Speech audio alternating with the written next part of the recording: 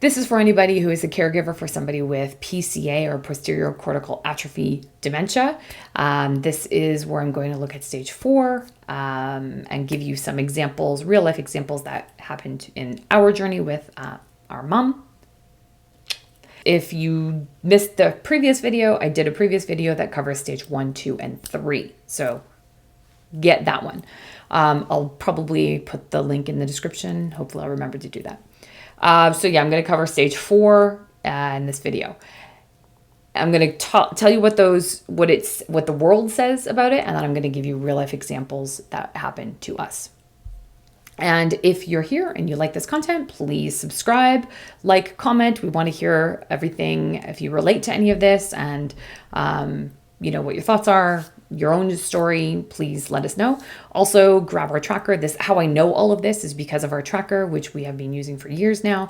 And we made a template that is free that you can get at disruptdementia.com. So definitely grab that. It's super duper helpful to know where you are and to help when you go see a doctor. All right, stage 4. So this is like when things are very noticeable. You're in it. You're in it. You are diagnosed and you're in it. Okay. So this is, we're into quite moderate decline at this point. So individuals with PCA may require significant help with everyday activities such as cooking, dressing, using appliances. The person retains a clear sense of purpose regarding activities and plans, but attempts to achieve these goals are difficult and can be very frustrating for them. They have a lot more visual problems and are starting to have very clear difficulties with independence and managing their own care. Excuse me. Inability to read labels on food packets, of course. Inability to probably read pretty much everything at this point. We're really struggling at this point. Problems discriminating or understanding what coins are, right? This already started, but everything from stage 3 is getting worse, for sure, and happening much more often, perhaps all the time now. Inability to tell time, totally, it's not hit or miss. It's like, don't know what don't even understand how a clock works. Sometimes people can still walk and move and sit down and do all the things. And sometimes people are struggling. Okay. Being able to see some things and not others. Again, I showed you this before, but I'll show you this again. This is sort of what we call pinhole vision, and also moving targets are difficult. So I'll explain. I'm trying to keep it sorted. So keep myself in what they say the symptoms are, and then I'm going to tell you what our symptoms are. So, not being able to read anymore. Also, following TV shows that maybe are difficult is hard, but can still get pleasure from watching TV or listening to audiobooks. There may be changes in the ability to navigate around unfamiliar and familiar environments. Someone with PCA might be aware that they are at home, but difficulty suddenly navigating from one room to the next or locating the bathroom. Some may even find a complete loss of their sort of mental map of what this is. So navigating familiar environments can be very, very difficult. Or problems like in low light, right? Because of course their eyesight is probably fine, but the eyes and the brain connection is fractured. So in anything in low light, too many shadows, it's difficult. Contrast, hard. This might result in getting lost in the home. Problems outside the house, of course, probably also occur. This is where we are noticing severe visual and other problems like inability to engage in a number of pastime activities. So reading maybe is no longer a thing that can happen. So audiobooks really come into play. An inability to identify even very familiar faces starts to happen, with recognition of identity dependent upon hearing someone's voice. So they might, when they hear you, they know who you are, but if they look at you, it's very difficult for them to recognize that you're someone they know. Resorting to eating with hands or being fed may start happening at this point. Not for everybody, but so this is when some of the stages, they start blending and overlapping things. So some of this, you're still going to see some of stage 3, and stage 5 might blend into this as well, and vice versa. These might blend out. So resorting to eating with one hands, having difficult with cutlery or finding the food on the plate. Words start to get harder again. So being social becomes difficult for them because they're having trouble expressing themselves. They know they're aware that things are wrong. And so that's also comes with embarrassment and anxiety. Okay. So real life examples with our mom. So one day she was bored, as was often, because when you no longer can do things on your own and just go and do whatever you want, or get into a car and go grocery shopping, or, read a book or tool around or change the channels like you want, like everything is hard and you can become quite bored. So again, I worked from home. So she came into my room and said that she was going to organize the pantry. And I always was like, oh God, because I knew that this meant I was probably going to have to stop working for the day because she can't do anything by herself at this point. But I was like, I can't help you. I'm busy, which she would also get angry about because she also knew that she needed my help, but wasn't really asking for my help. There was a lot of stuff happening at this time. Anyway, so she did go down and I heard a lot of sounds, and I did go down and there was just stuff all over the counter, all over the kitchen table, like just stuff. And because her brain couldn't manage things anymore, it's like she just took everything out and then just put everything back. Really angry that she didn't accomplish anything because she couldn't make sense of what things were. She couldn't read them. She didn't know what they were. So she couldn't organize them. She couldn't look at expiry dates, right? So it was really hard at this point. Things were very difficult. I found her using a hair dryer on hot, right against her skin, because she had peach fuzz and she wanted to get rid of it. And so we had this tiny little razor. It was like the size of like a lipstick container. And you would just turn it on, it has a little battery in it, you turn it on, it's a little razor that you can just... and again, because her brain just wasn't working, obviously, the way it used to. I mean, PCA does this, and so does Alzheimer's, so does many dementias. It just skews how things work. And she knew that the hairdryer did something, so she thought, I guess I'll try that. This is when clothing issues started to happen, so she didn't know how to put a bra on. She didn't sometimes know what a bra was for. And so this is when more hands-on started happening with her, getting her ready in the morning and getting her dressed and getting her showered and washing her hair. All of this started happening in this stage. So I would, again, we'd try to use muscle memory as much as we could. I mentioned this in stage 3. Sometimes you could still get this muscle memory to get going if you started the process. But she couldn't do that herself. So she may, I would say to her, she'd wake up and I'd help her get her coffee and get her back upstairs. And, maybe she'd be listening to an audiobook at this point because she wasn't reading. And then I would say to her, you're going to get on your bike. I bought her an exercise bike because it was an easy way for her to maintain some exercise without, doing anything too crazy because, her body just couldn't do a lot of things at this point. So she would get on her exercise bike for an hour, and then I'd come in and say like, oh, are y'all done? Do you want me to get the shower on for you? I'll get it the right temperature. And she'd say, yeah. And so we'd use our language in a certain way too. So I wouldn't say, I'll help you get ready. I would never say that. I would just say, here, why don't you get undressed and I'll get the shower on at the right temperature for you. And sorry about that thumbs up. I don't know what that's about.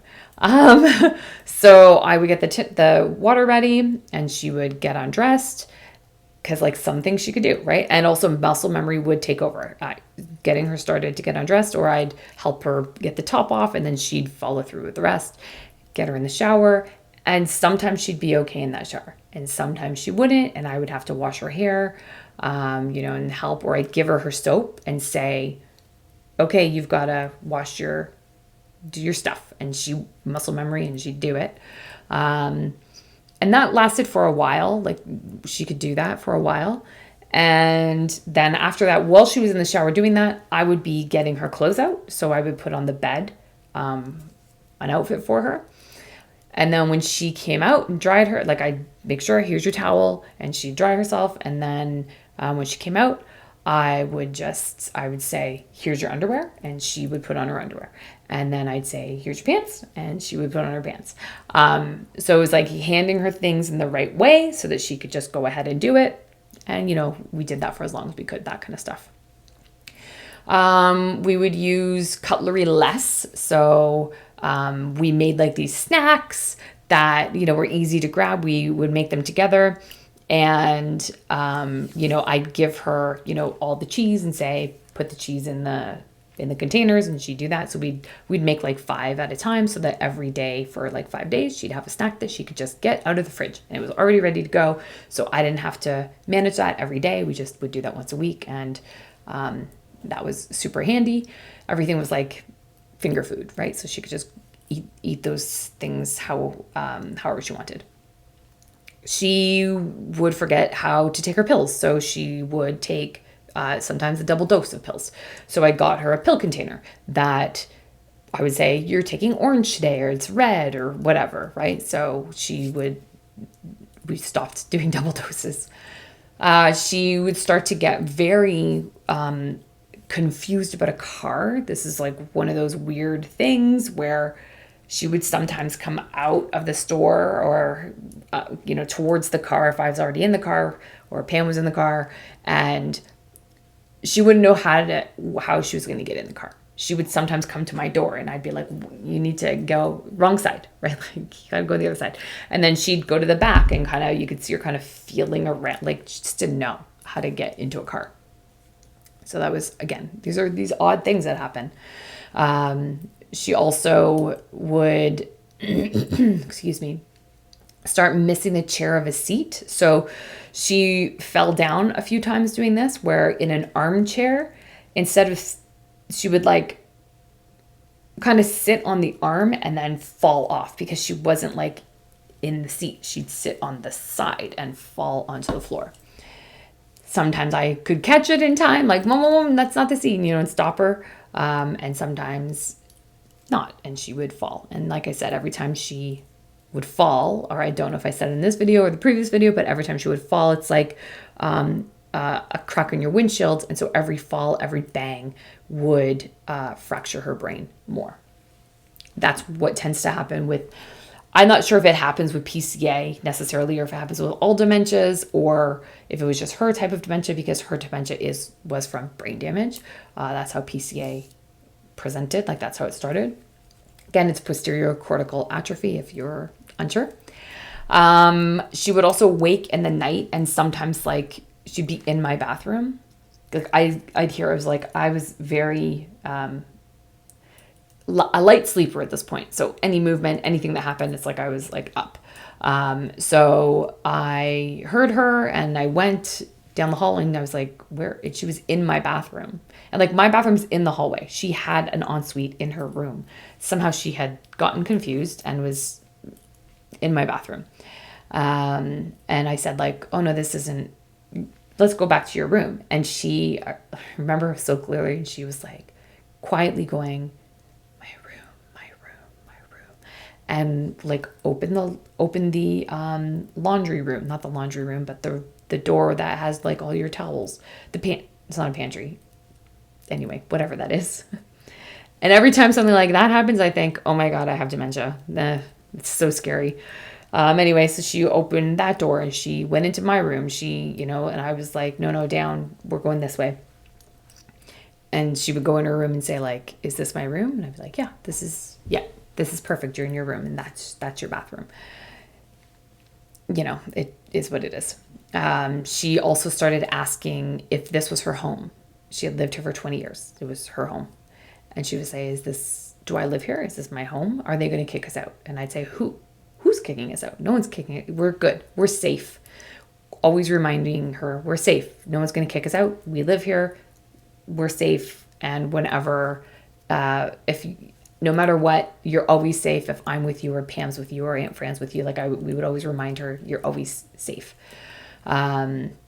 She wanted to go in the backyard, and she went over to the patio door and was like pressing on the door, on the door. And she was going, open, open, open, like trying to, like as if in her brain there should be a button that she could be able to press and it would open the door. She cut all of the hostas in our backyard because they were ugly weeds. These are hostas she planted. And I went back and it was just like a hosta massacre. And I said, oh. And she said, what? These are ugly, these weeds. And I said, yeah, they're super ugly. Okay. Because again, like, whatever, who cares? Who cares? There's not something I'm going to be upset about, whatever. You want to cut down the hostas? Those suckers are going to grow back. So whatever. So you let a lot of things go. There was issues getting up and down the stairs. This was very scary. She one day got stuck halfway in the house and halfway out of the house at the patio door and like was calling me, and I went running down, and like she was shaking. Like it's like I was like it's like right in that second, halfway in, one leg up, one leg down, her brain forgot how to use that front muscle to push her up. Like it just stopped, and I had to like pull her in the house. And this was like also going up big stairs, so I'd be behind her and I'd be like, uh-oh, we're going down. Like at least hopefully I'll break her fall, so that was scary. Lots of different falls. A lot of falls were happening in this time. I mean, she's having less falls now just because unfortunately she's wheelchair bound. But sort of at this time, falls become a consistent thing happening. No longer understand the written word at all. Like no longer can process anything written. Confused by the TV remote. She would confuse it. She called my sister one day and somehow like she would know how to use FaceTime. Like it was so weird. Like she'd use FaceTime, but then not know how to use the TV remote that we got her that was very simple to use. And called Pam and was like, how do I, use this? Or said like, she tried to use this at like her phone as a remote. Like just like, She also sent 3 timers one time. It was so funny. So when she would get on her bike for an hour, she would set a Google timer. So she'd say, hey, Google, I'm just trying to be quiet because Google might hear me. She'd say, hey, Google, set a timer for 1 hour. Okay. And so I wasn't paying attention, but I went in and she said, like, I don't know how much time I have on. And I said, well, ask Google. So she said, hey, Google, how much time is on the timer? And Google said, on the first timer, there's 59 minutes and 43 seconds. On the second timer, there's 59 minutes and 50 seconds. On the third timer, there's like 58 minutes and 20 seconds. And we were howling. I was like, why do you have so many timers on? What is happening? Just these are the things. So she literally set those timers up though back to back because they were within seconds of each other. There were repeating discussions. This is when, this has started happening before that. If you hear dogs barking in the background, I have foster dogs and she's very upset. She just is spayed and I'm trying to keep her not moving around too much. So I put her in her crate for like an hour and I will let her out and then trying to keep her from not running around too much. Anyway, so this is when a lot of repeating conversations really started to happen. So you would, have a discussion about something and then that whole discussion would happen like immediately after or very close to having that discussion. She started to forget familiar faces, right? So we had a family barbecue and we're sitting there with a bunch of people and she whispered to me like, who is that? And it was someone she has known basically since she was 14 years old. and did not recognize this person.